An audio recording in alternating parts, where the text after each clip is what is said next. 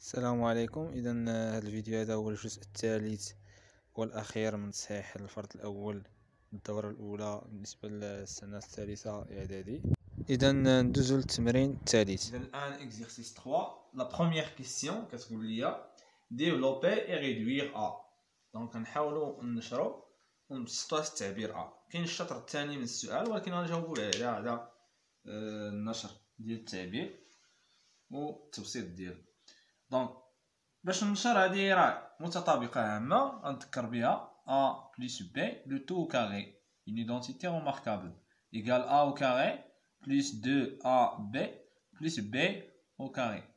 دونك شنو هو a عندي هو راسين 3 شنو هو b هو راسين 2 ça veut dire الا بغيت ننشر غتعطيني a au carré ça veut dire راسين 3 au carré plus 2 fois a اللي هو راسين 3 عندي fois b اللي هو راسين 2 plus b au carré اللي هو racine 2 au carré égal. Donc racine 3 au carré la racine مع au carré غتمشي غتبقى ليا 3 plus 2 racine 3 fois racine 2 égal racine donc 3 fois 2 6 plus la racine مع au carré غتمشي غتبقى ليا 2 égal 3 plus 2 c'est 5 plus 2 racine 6. C'est bon. Donc ندوز دابا الشطر الثاني ديال السؤال اللي هو puis déduire la simplification de b. Donc la simplification de b قال لي نستنتج تبسيط او تبسيط ديال العدد b اللي هو 5 زائد جذر 24. دائما فاش كيقول لي لا كيسيون ديدوير استنتج يعني مما سبق راه غتستنتج من السؤال السابق. سي بون غنلقى ان التعبير هذا اللي عندي راه هو هذا. دونك 5 ها هي وغاسين 24 راه هي 2 فوا غاسين 6. انا نوريكم علاش. دونك 5 بلس 2 غاسين 6 شنو هي 2 غاسين 6 هاد 2 هادي نقدر نكتبها جوج نقدر نكتبها جذر 4 في جذر 6. دونك نتمنى انكم فهمتوا هاد جوج هادي رجعتها جذر 4 حيت جذر 4 هي جوج. اش غتعطيني دابا؟ دونك غتعطيني 5 بلس غاسين 4 فوا غاسين 6 سي غاسين 4 فوا 6 غاسين 4 في غاسين 6 راه هي غاسين ديال 4 في 6 4 في 6 شحال 24. شتي دابا التعبير هذا هو. غنجي للتبسيط دابا نقول ليه لا غاسين ديال 5 زائد جذر 24 هادي راه هي ا و ا شنو هي هو التعبير هذا. دونك غنعوض هذا بهذا غنجي غنكتباش غاسين 3 بلس غاسين 2 لو تو كاي حيت هذا اللي كاين لداخل راه هو اللي كاين لداخل هنا متساويين. الوغ او كاري مع لا غاسين غتمشي غتبقى ليا غاسين 3 بلس غاسين 2 هاني بسط بي وغنحبس هنا. دونك ميمكنش نجمع هاد لي غاسين هادو. عندك تقول لي مثلا غاسين 3 بلس 2 سي فو راه ما كتساويش غاسين 5. اتونسيون. كيسيون 2 كتقول لي donner la valeur arrondue au millime près de racine 11 et racine 7. دونك هاد لا كيسيون ما كتعطاش بزاف ولكن غنشرحها. لاغونديسمون او ميليم. دونك هنا فاش كيكون عندي مثلا راسين 11 ولا راسين 7 الا حسبناه بالاله الحاسبه غنلاحظوا بانه راه عندي عدد غيعطيني عدد اللي فيه الفاصله وعدد الارقام المنفصله ما كينتهيش. الوغ الا بغيت ناخذ واحد القيمه مقربه لهذا العدد هذا مثلا راسين 11 غيساوي 3.3166 والاعداد راه مازالين. بغيت نعطي قيمه تقريبيه لهذا العدد وميليم قال لي يعني الجزء الالاف. هذا كيتسمى جزء العشر هذا جزء المئات ثم هذا جزء الالاف. دونك كنشوف العدد اللي كاين مورا جزء الالاف شنو هو 6. سي بون هذا إلا كان هاد العدد هذا كبر من 5 كبر من أو يساوي 5 فإن لاغونديسمون كيفاش غيكون 3.3 هنا هذا كبر من 5 غادي نزيد واحد العدد ديال الآلاف جزء الآلاف دونك غتعطيني 7. هذا هو لاغونديسمون ديالها. نفس الشيء غنديرو في العدد الآخر. شنو هو الآلاف 5 شنو هو العدد اللي جاي موراه 7 يعني غنزيد واحد ل 5 تولي 2.646. على أي هاد لا كيسيون هادي ما كتعطاش بزاف غير تكون في بالكم وصافي. دونك اكزرسيس 3 دائما كيسيون 3 كتقول لي كالكولي. دونك خصني نحسب هادو التعابير اللي عندي هنا. غنبدا براسين 64 فوا راسين 25. اول حاجه قبل ما نحسب هادو بغيت نذكر بواحد الحاجه بلي راسين بلي كاري بارفي. لي كاري بارفي بحال راسين 4 ايغال 2 راسين دونك 16 ايغال 4 racine 25 égale 5. Racine 36 égale 6. Racine 49 égale 7. Racine 64 égale 8. Racine 81 égale 9. Racine 100 égale 10. دونك هادو خصهم يكونوا معروفين عندك ما تلقاش فيهم مشكل. ومازال شي وحدين اخرين يعني بحال راسين 121 راه كيساوي 11. دونك هادو باينين كيتسموا دي كاري بارفي. راسين 4 ايكال 2 علاش حيت 2 او كاري كتساوي 4. راسين 16 ايكال 4 علاش حيت 4 4 أس 2 كتعطيني 16. راسين 25 كتساوي 5 علاش حيت 5 أس 2 كتعطيني 25. دونك هادو خصهم يكونوا معروفين. هادو ما خصكش تلقى فيهم مشكل بتاتا. سي بون. الوغ غندوز دابا للتبسيط اولا الحساب. جذر 64 كيساوي 8 حيت 8 أس 2 هي 64 فيه جذر 25 كتساوي 5 حيت 5 أس 2 هي 25 وكندير 8 في 5 دونك سي 40. سي بون. ندوز دابا لهاد التعبير هذا. هنا عندي غاسين ديال 16 على 81. عندي الحق انني نفرق لا غاسين كما شفنا في الدرس ديال الجذور المربعه. كل واحد غنعطيه لا غاسين ديالو ايكال غاسين 16. اذا جذر مربع 16 شحال كيساوي 4 وجذر مربع 81 كيساوي 9. دونك ما عنديش مشكل هنا 4 على 9. غنمشي دابا لهنا غادي نحاول نبسط. دائما أس 2 فاش كيتلاقى مع لا غاسين كتمشي غتبقى ليا 50 في 1 على أس 2 ومع لا غاسين غتمشي تبقى ليا 25. هادي غتساوي 50 في 1 يعني 50 على 25. 50 على 25 يقال 2. سي بون. ندوز لهادي. دونك هنا غاسين ديال غاسين 256. شنو هي 256؟ 256 راه كنعرف بانها كتساوي دونك 16 في 16 اللي هي 16 أس 2. إلا حسبتي 16 أس 2 غتعطيك 265. الوغ غاسين 265 غنعوضها ب 16 أس 2 غتمشي لا غاسين مع أس 2 غتبقى ليا لا غاسين ديال برا و 16. هاد لا غاسين هادي مع أس 2 مشاو. غاسين 16 شحال غتعطيني؟ دونك سي 4.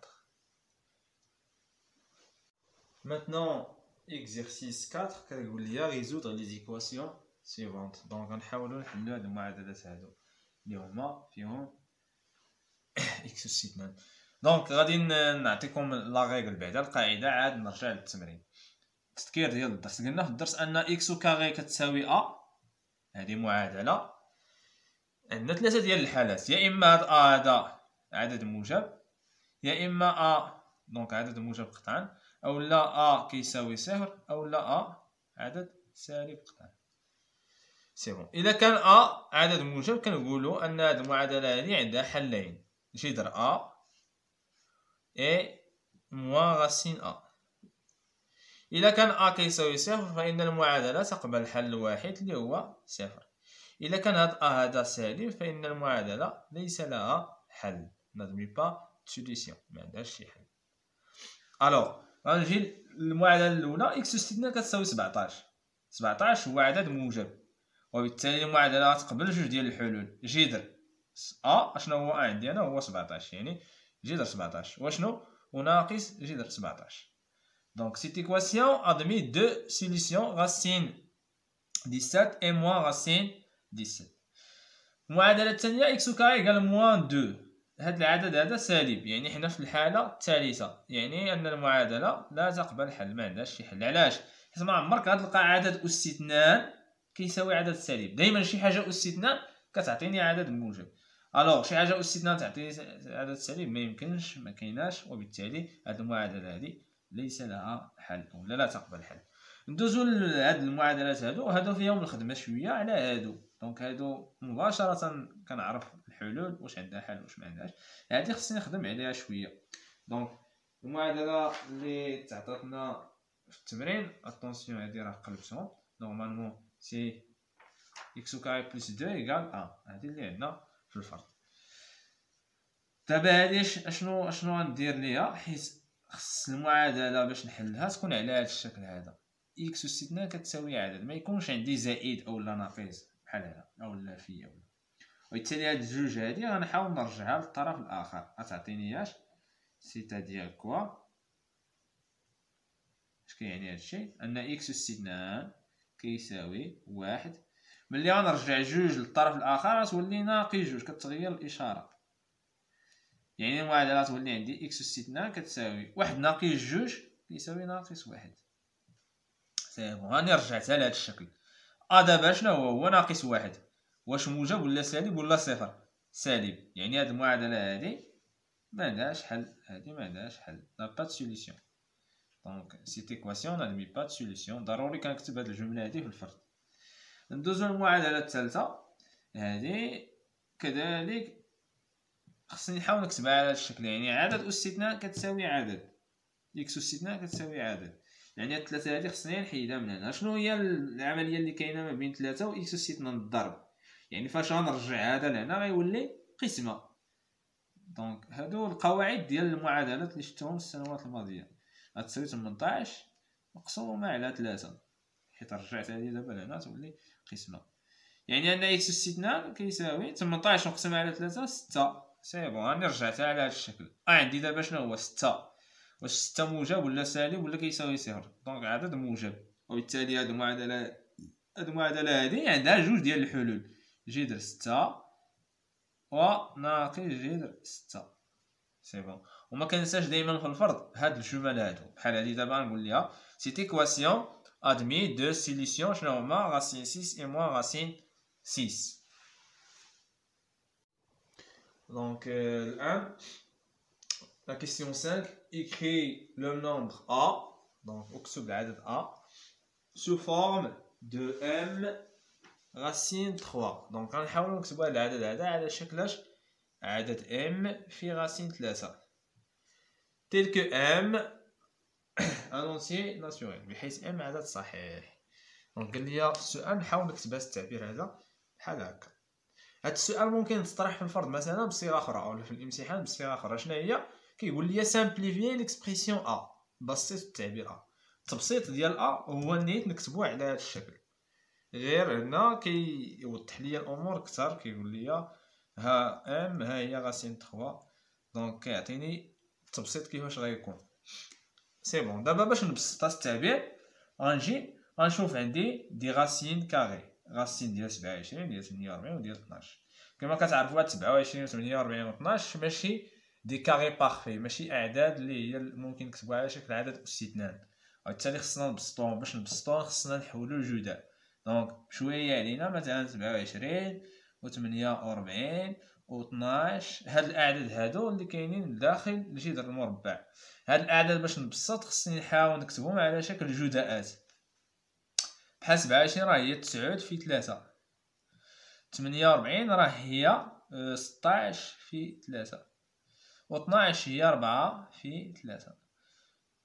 سي بون. كاين اللي غايقول لي علاش بالضبط 16 في 3؟ علاش ما نكتبهاش مثلا 6 في 8 ولا 12 في 4؟ حيت 48 نقدر نكتبها 6 في 8 مثلا. هنا كنفكك 48 لجداء عددين بحيث خص يكون عندي هنا واحد العدد اللي كيتعتبر كاري بارفي اللي نقدر نكتبو على شكل استثناء في 3. كذلك خصني هنا ما بين هاد الاعداد بثلاثة نحاول نجبد واحد العامل مشترك 3 يكون فيهم 3. دونك غنجي دابا نبسط شنو هي جوج جذر 27. هاد 27 قلنا سي 9 فوا 3 دونك 9 فوا 3 موا racine 48. شنو هي 48 هي 16 فوا 3 بلس 2 racine 12. شنو هي racine 12 شنو هي racine 12 هي 4 في 3. الان غادي نستعمل ديك الخاصيه ديال غاسين ا فوا بي راه كيساوي غاسين ا فوا غاسين بي. غادي نفرق الجذر المربع دونك غتولي عندي هنايا 2 غاسين 9 فوا غاسين 3. غادي نفرق لا غاسين هنا موا شنو هي 16 هادي سي غاسين سي. شنو هي غاسين 16 فوا 3 هي غاسين 16 فوا غاسين 3. غادي نفرقها كذلك بلس 2 غاسين 4 فوا غاسين 3. غنجي دابا نبسط دونك سي 2 هنا راه كاينه عمليه الضرب غير ما كتكتبش. الوغ غنكتبها هنايا حيت غنحسب غاسين 9. غاسين 9 شحال غاسين ديال 9 شنو هو 3 فوا غاسين 3. وما نتلفش هنا يكثروا عليا العمليات ولكن غير بشويه على ما نتلف ما والو. غاسين 16 هي 4 فوا غاسين 3 بلس 2 فوا راه كاين عمليه الضرب هنا ما مكتوباش غاسين 4 شنو هي 2 فوا غاسين 3. سي بون. دابا نحاول نبسط. باش نبسط غنحسب الجداءات اولا دونك دائما غير بشويه عليك وبلا ما تلف. هنا نحاول نحسب الجداءات اللي هما باينين دونك 2 في 3 6 في جذر 3 ناقص 4 في جذر 3. نخليها كما هي ما يمكنش نحسب نزيد نبسط زائد 2 في 2 في جذر 3 2 في 2 4 في جذر 3. سي بون. غنلاحظ دابا بانه عندي واحد العامل مشترك اللي هو جذر 3. غادي نعمل بجذر 3. جذر 3 عامل لماذا دونك في الاول ضربنا جذر 3 في 6 في الحد الثاني ناقص 4 في الحد الثالث 4. نجي دابا نحسب ما بداخل الاقواس 6 ناقص 4 زائد 4 ناقص 4 زائد 4 عددان متقابلان المجموع ديالهم كيساوي 0 دونك غتبقى ليا غير 6. اولا غدير كاع انت 6 ناقص 4 شحال 2 2 زيد عليها 4 6 دونك غتبقى ليا 6 فوا غاسين 3 اللي نقدر نكتبها سي نقدر نكتبها عفوا يساوي 6 غاسين 3. يعني قولي فاش قال لي نكتب هذا التعبير على شكل ام غاسين 3 راه هاد ام هذا هو 6. دونك ماتنون كيسيون 6 مونطري كو دونك خصنا نبينو ان واحد على جذر 3 ناقص جذر 2 ناقص واحد على جذر 2 زائد جذر 3 يساوي جذر 2 في 2.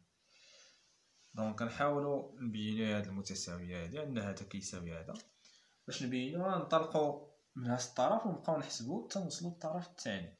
دونك نبداو بالطرف الاول شنو عندنا فيه واحد على غاسين 3 moins racine 2 moins 1 sur racine 2 plus racine 3. c'est bon. دونك اول حاجه هنا غادي نحاول نوحد المقام ديال التعبيرين اللي عندي هنا. باش نوحد المقام دونك كنضرب البسط والمقام ديال العدد الاول في مقام العدد الثاني. الوغ واش غيولي عندي واحد على جذر 3 ناقص جذر 2 في البسط كامل فيه والمقام كامل فيه المقام ديال العدد الثاني. المقام ديال العدد الثاني شنو هو جذر 2 زائد جذر 3 جذر 2 زائد جذر 3 وكذلك هنا جذر 2 زائد جذر 3. ندوز للعدد الثاني دونك هذا ناقص هذا العدد. باش نوحد المقام دائما دونك هذا العدد كذلك البسط ديالو المقام ديالو في مقام العدد الاول دونك 1 على جذر 2 زائد جذر 3 في المقام ديال العدد الأول. دونك راسين 3 moins racine 2 fois racine 3 moins racine 2 facteur de racine 3 moins racine 2. سي بون. غنجي دابا الحساب. دونك 1 فاس التعبير هذا يعطيني نفس التعبير، اي حاجه كنضربوها في 1 ما كتغيرش. دونك جذر 2 زائد جذر 3 ها هي على جذر 3 ناقص جذر 2 عامل لي جذر 2 زائد جذر 3 ناقص. دونك 1 في هذا يعني يعطينا نفس التعبير جذر 3 ناقص جذر 2 على جذر 2 زائد جذر 3 عامل جذر 3 ناقص. دونك غادي نمشي غير شويه، واخا الفيديو غيطول شويه يولي طويل، ولكن غنشرح هادشي اون ديتاي غير شويه علينا. المهم هو انا نفهمو.